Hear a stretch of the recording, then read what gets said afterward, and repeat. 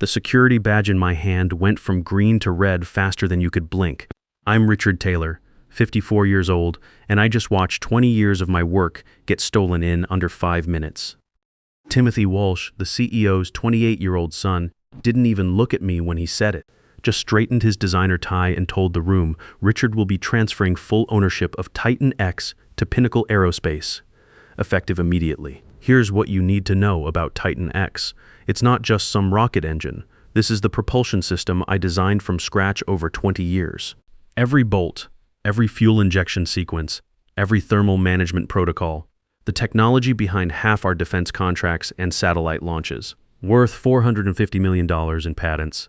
And this kid just took it like it was his birthday present. The conference room went dead quiet.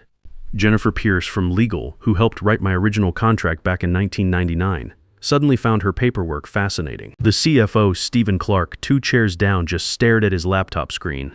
Not even my own engineering team said a word. Matthew Foster, the junior engineer I'd been mentoring for 3 years, couldn't even look at me. These were guys whose careers I'd built from nothing. I'd taught Matthew everything he knew about propulsion dynamics. Brought him in when he was fresh out of Colorado School of Mines, showed him how real aerospace engineering worked. Now he was acting like I didn't exist. I closed my laptop slowly and stood up. The whole room was watching now. Timothy finally looked at me, probably expecting me to argue or beg or throw some kind of fit. Instead, I just asked Timothy, "You sure you read clause 18.7? The kid stared at me like I was speaking Chinese. Jennifer Pierce went even paler than usual. She knew exactly what I was talking about. Stephen Clark started typing furiously on his laptop, probably pulling up contract documents. I picked up my coffee mug, the one Sarah had given me for Father's Day 3 years ago. World's Best Engineer in faded blue letters. Signed the termination papers. They slid across the polished table.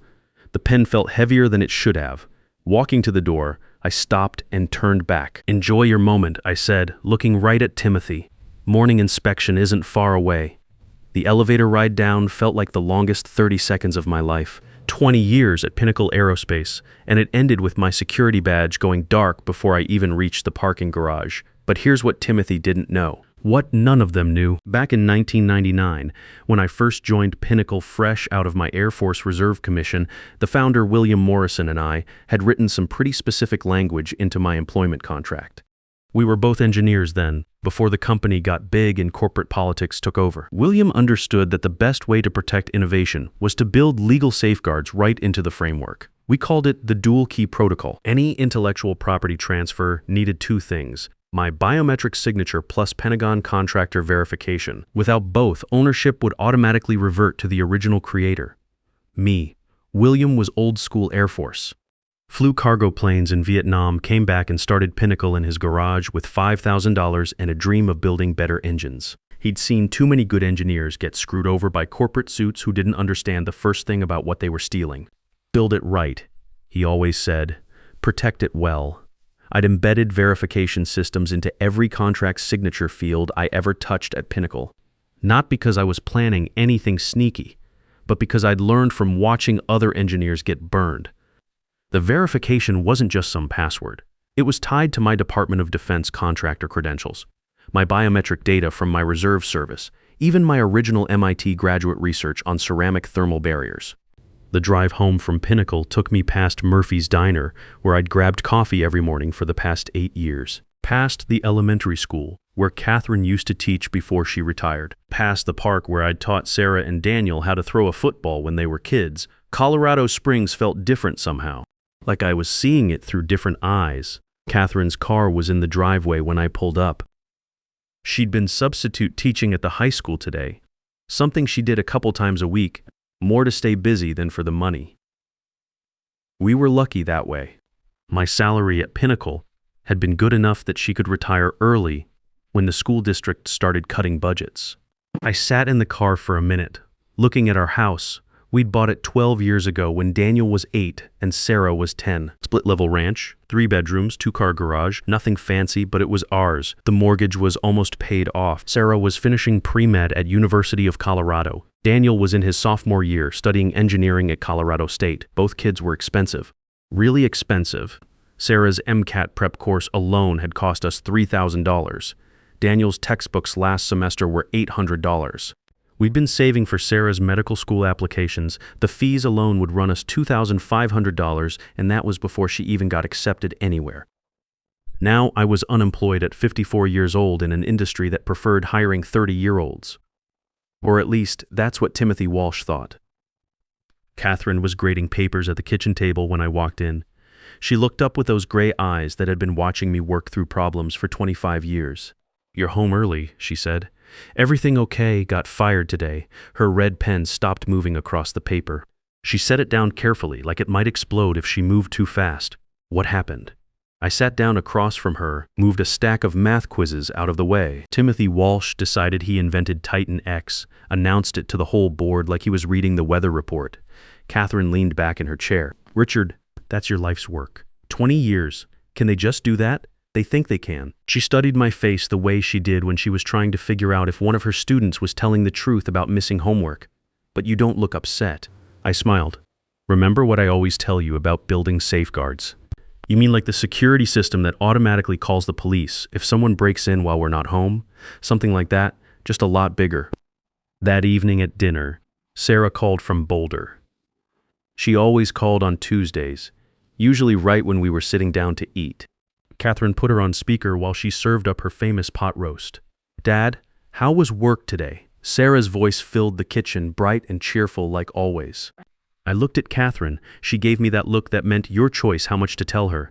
"Interesting day, sweetheart. Got some big changes coming up." "Cool. Are you working on anything new?" "Daniel said you were doing some top-secret rocket stuff that could blow up the world." I laughed despite everything. "Your brother watches too many movies. How's organic chemistry going?" "Brutal. Professor Martinez is trying to kill us all. I've got an exam Friday, and I feel like my brain is melting." She paused. "Dad, you okay? You sound different. Kids always know." Sarah had been picking up on things since she was 5 years old. When I'd worked late nights debugging the Mark V thrust vectoring system, she'd somehow sense it the next morning at breakfast. "Just tired, honey. You focus on that exam. We'll talk this weekend, okay? Love you guys." "Love you too." After Catherine hung up, we sat in silence for a minute. She was cutting her meat into precise little squares, something she did when she was thinking hard. "Richard, we need to talk about money." I nodded. I'd been expecting this. Sarah's MCAT is in 2 months. The registration alone is $320. Then there's the prep course materials, practice tests, application fees for medical schools. We're talking $15,000 minimum just to get her application submitted. She set down her fork. Daniel's engineering textbooks for next semester are already on backorder. They want $400 up front. And we still owe $8,000 on his tuition for this year. The numbers were real. They'd been keeping me up at night even before today's disaster. Plus the mortgage, I said. 18 more payments. Health insurance, car payments, property taxes are due in December. We'd been comfortable at Pinnacle. My salary was $145,000 a year, plus bonuses when we hit contract milestones. Catherine's substitute teaching brought in maybe $8,000 annually, enough to cover groceries and gas. We weren't rich, but we were secure. Now we had maybe 4 months of savings if we cut everything to the bone. "Catherine, I need you to trust me on this." Timothy Walsh just made the biggest mistake of his life. She studied my face. "What aren't you telling me?" I got up and walked to my home office, came back with a thick manila folder, 20 years of documentation. Every contract amendment, every patent filing, every technical specification review. Remember when I started at Pinnacle? William Morrison and I spent 3 weeks just on the intellectual property clauses in my employment contract. You said it was boring legal stuff. I lied. It wasn't boring. It was the most important 3 weeks of my career. I opened the folder, pulled out a copy of my original employment agreement. Page 47, Section 18.7, Subsection C, the Dual Key Protocol. Any transfer of patent ownership requires 2-factor authentication. My biometric signature, which they have, plus verification from the Pentagon contractor database, which they don't have. Catherine read the clause twice. What does that mean in normal people language? It means Timothy can sign all the papers he wants. The federal government has to approve any transfer of defense-related intellectual property. And the federal government's computers are tied directly to my Department of Defense credentials. I pulled out another document. My reserve commission from 1995, Still active, my security clearance, my graduate research clearance from MIT, all linked to my biometric data. So when Timothy tries to transfer ownership, the Pentagon computers ask if Richard Taylor authorized this transfer. When they don't get the right biometric confirmation, they flag it as unauthorized access to classified technology. Catherine leaned back in her chair. How long have you been planning this? 20 years. Every single contract I've signed at Pinnacle has the same safeguard built in. Every patent application. Every technical specification.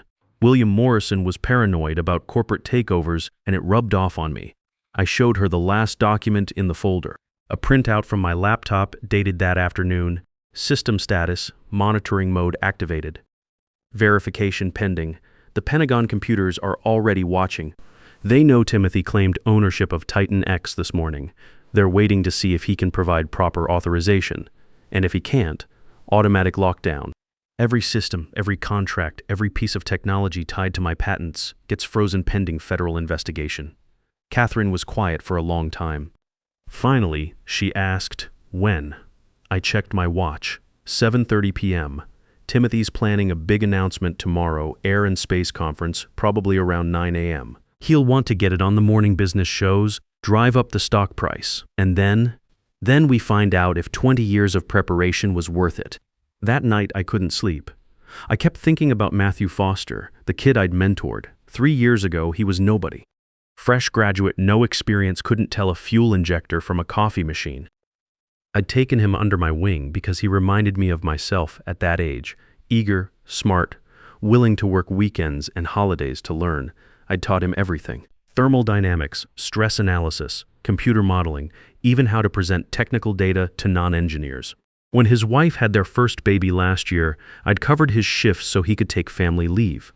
When he needed a reference for his mortgage application, I'd written a letter that got him approved today. He couldn't even look at me when they fired me. Around midnight, my phone buzzed. Unknown number. Richard. The voice was shaky, nervous. I recognized it immediately. Matthew, calling from a burner phone's son. They don't know, do they? About the clause? Jennifer Pierce was freaking out after you left. She spent 3 hours going through your original contract with a team of lawyers. What did they find? That's the thing. They found it. Clause 18.7. But they think it's just standard boilerplate language.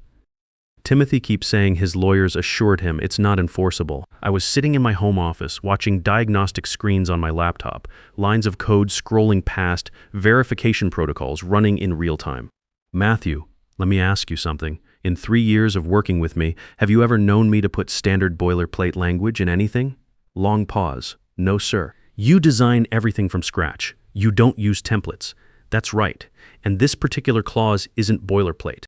It's custom-built federal protection tied directly to Pentagon contractor databases. Jesus, Richard, they're planning a huge announcement tomorrow morning. Channel 9, Bloomberg, CNBC. Timothy thinks this is going to make him CEO within a year. How's the prep going? Stock analysts are already calling it a game changer.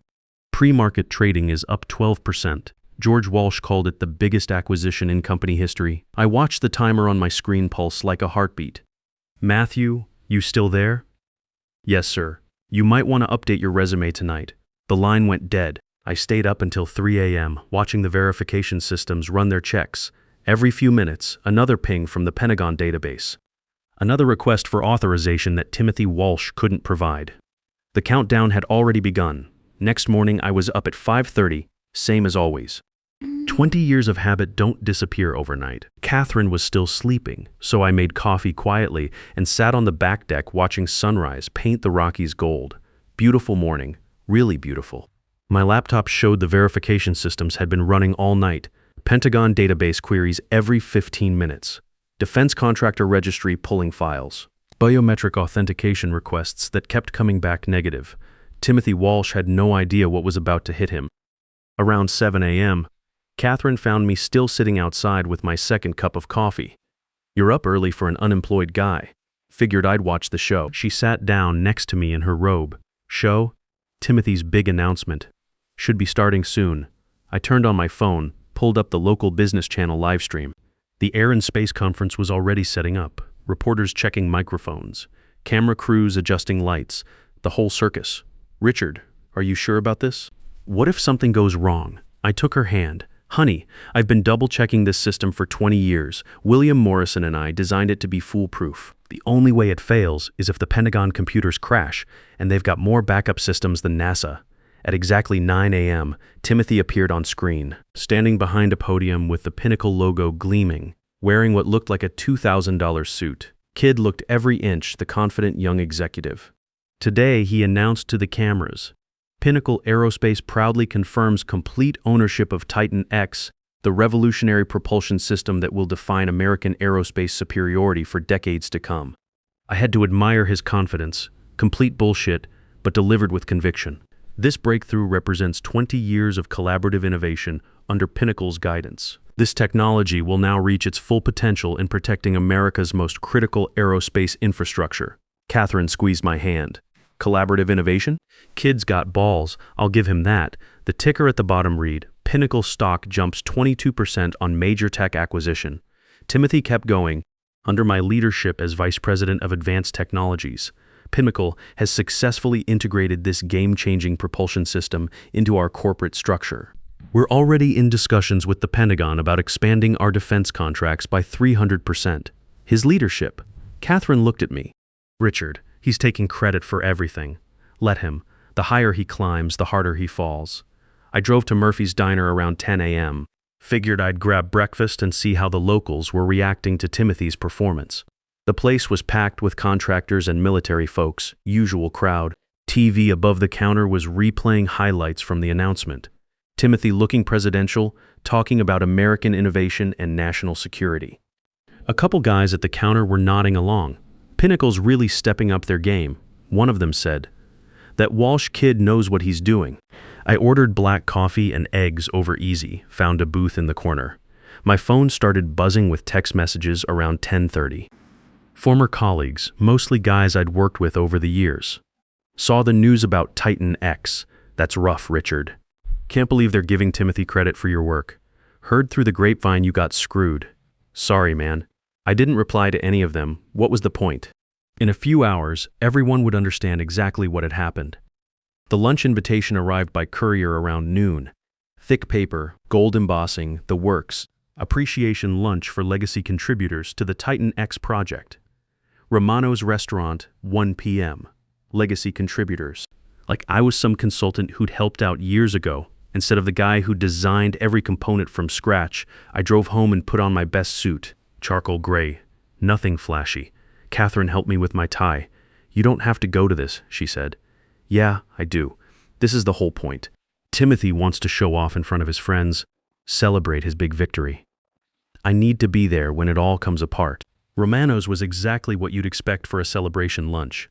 Crystal chandeliers, white tablecloths, servers in bow ties. Timothy had reserved the private dining room for 12 people. He was already holding court when I walked in. Champagne glass in hand, telling war stories to a bunch of lawyers and executives. His father George was there too, looking proud as punch. Richard, Timothy greeted me like we were old buddies. So glad you could make it. After all, none of this would have been possible without your foundational contributions. There was that word again. Foundational. Like I'd poured concrete instead of spending 20 years designing revolutionary aerospace technology. Thanks for the invitation, I said, shaking his hand. And the acknowledgement. Both are pretty rare these days. The seating was strategic. Timothy at the head of the table like a king. George to his right, legal team spread around like bodyguards. I took a seat in the middle where I could see everyone's faces. Champagne was Dom Perignon, probably $300 a bottle. George stood up first, raising his glass. To the next generation, he declared, to innovation, to leadership, and to the Walsh family legacy. Everyone raised their glasses. I lifted mine, but didn't drink. Wanted to stay sharp for what was coming. Timothy stood next, grinning like he'd just inherited the kingdom. Today we celebrate more than a business acquisition. We're celebrating the future. Titan X belongs fully to Pinnacle Aerospace now, integrated into our corporate structure, ready to revolutionize American aerospace. He looked directly at me when he said fully belongs. Kid was really enjoying this. Integration can be tricky, I said casually, cutting into my steak. Complex systems don't like ownership transfers. You want to make sure all proper authorizations are in place before you flip the switch. A few people around the table chuckled, thinking it was technical small talk. Timothy's smile flickered for half a second. "Our legal team assures me everything's properly documented," he said, but I caught the slight edge in his voice. "Good," I said, taking another bite. "Just make sure someone backs up the core systems before morning inspection." Aerospace contracts get real finicky during ownership transitions. George Walsh was watching me now, trying to figure out if I was making threats or just giving advice. Truth was, it was both. Halfway through dessert, a server appeared with a cream-colored envelope. Pentagon letterhead, official seal, the kind of mail that makes corporate executives break out in cold sweats. "Urgent delivery for Mr. Timothy Walsh," the kid said, looking nervous about interrupting a private lunch. Timothy frowned, probably wondering who'd track him down here. He tore open the envelope, and I watched his face go from confusion to concern to something close to panic. "What is it?" George asked. Timothy cleared his throat, trying to keep his voice steady. "Just a routine compliance check. Pentagon wants to verify some documentation." But I could see his hands shaking as he folded the letter. The message was simple. Defense Contractor Registry requires immediate verification of signature authorization for patent US 11,247,839. Discrepancies detected in ownership transfer documentation. Federal investigation pending. That was the beauty of Clause 18.7, not some hidden backdoor or illegal hack. Completely legitimate legal protection that I'd built into my original employment contract 20 years ago, buried deep in technical specifications that most lawyers skimmed over. The Pentagon database had my biometric signature linked to every piece of Titan X technology. When Timothy tried claiming ownership without proper dual authentication, the system automatically flagged it for federal review. I stood up, dabbed my mouth with a cloth napkin. "Thanks for lunch, Timothy. George, really educational." I looked around the table at all these people who just spent 3 hours celebrating intellectual property theft. You know what I learned today? Success looks different depending on where you're sitting. Enjoy the rest of the afternoon. Tomorrow's going to be a busy day. The drive home was quiet. Just me and classic rock on the radio, thinking about what was coming next. Catherine was in the garden when I pulled up, pulling weeds from her tomato plants. "How did it go?" she asked, brushing dirt off her hands, about like I expected Timothy got his Pentagon letter during dessert. And now we wait for the system to do what it was designed to do. That night, my phone rang around midnight. "George Walsh, not Timothy. Richard, we need to talk." "I'm listening." "This Pentagon situation. There seems to be confusion about the documentation. Our lawyers are saying there might be issues with the transfer authorization." I was in my home office, watching real-time diagnostics on my laptop. System protocols running verification requests pinging Pentagon servers every few minutes. "George, there's no confusion. The system's working exactly as designed." "What system? What are you talking about?" "Clause 18.7, the dual key protocol. The legal safeguard William Morrison and I built into my contract specifically to prevent unauthorized IP transfers." Long pause. I could almost hear him flipping through legal documents, probably calling lawyers at midnight to figure out what the hell I was talking about. "Richard, be reasonable. Timothy made a mistake, but he's young. We can work this out. Name your price. This isn't about money, George." "Then what? You want your job back? A promotion? Equity stake?" I looked at the family photo on my desk.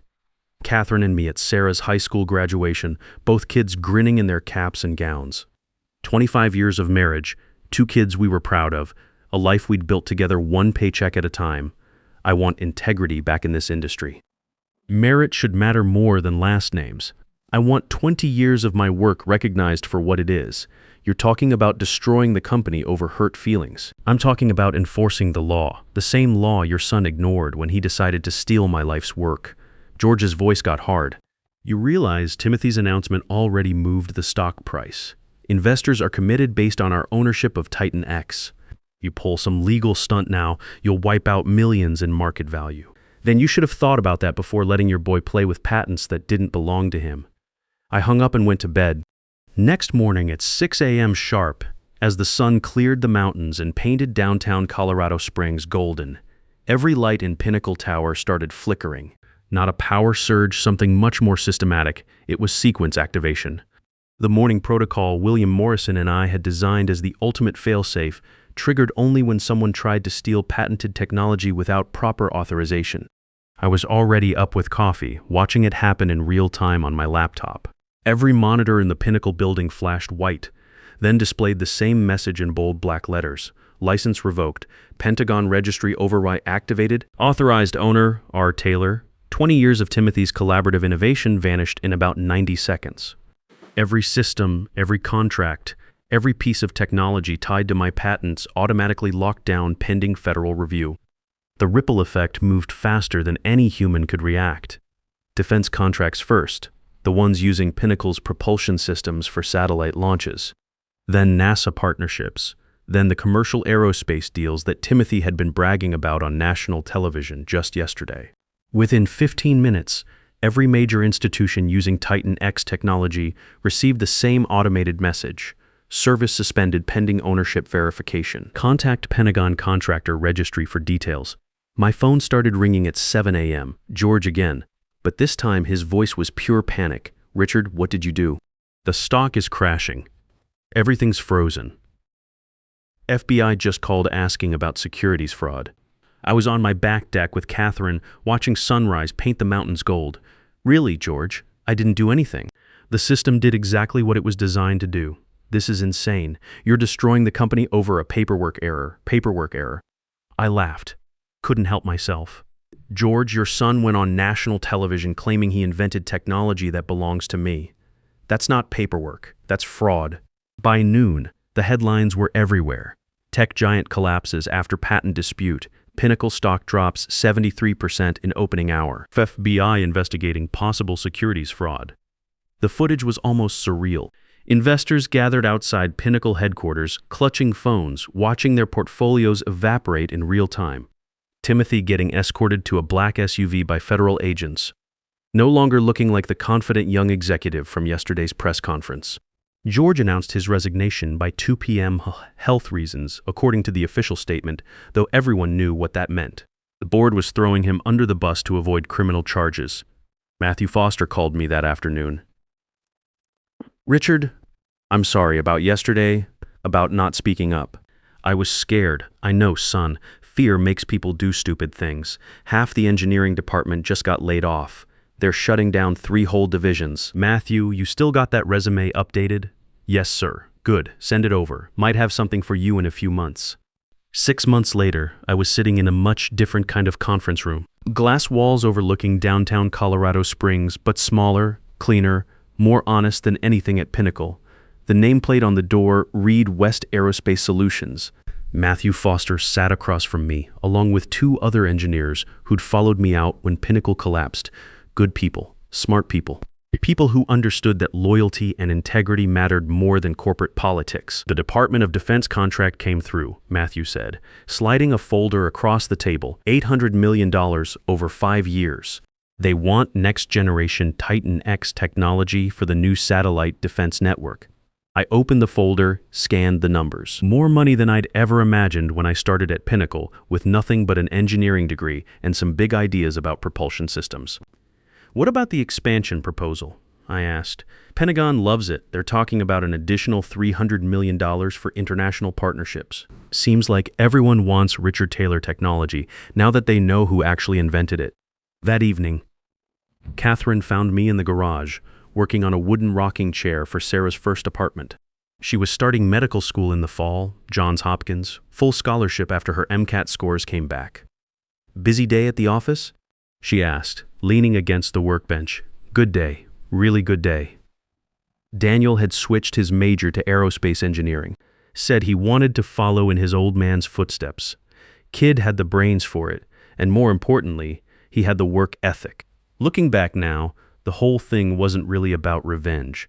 It was about truth, about making sure the people who create things get credit for creating them, about proving that integrity and patience can beat arrogance and entitlement, even when the deck seems stacked against you. Timothy Walsh was working at his uncle's insurance company in Phoenix now, probably learning what it felt like to earn a paycheck instead of inherit one. George had retired to Florida, keeping a low profile while the SEC finished their investigation. Sometimes justice doesn't come with sirens and handcuffs. Sometimes it comes quietly, like sunrise, changing everything without making a sound. And sometimes, if you build your safeguards right and wait for the perfect moment, truth protects itself. The real difference between a young hotshot and a seasoned professional isn't just experience. It's knowing that the most powerful revenge is simply letting people face the consequences of their own choices. In the end, it doesn't matter how much money or family connections someone has. When you've spent decades building something real, the truth has a way of protecting the people who deserve it most.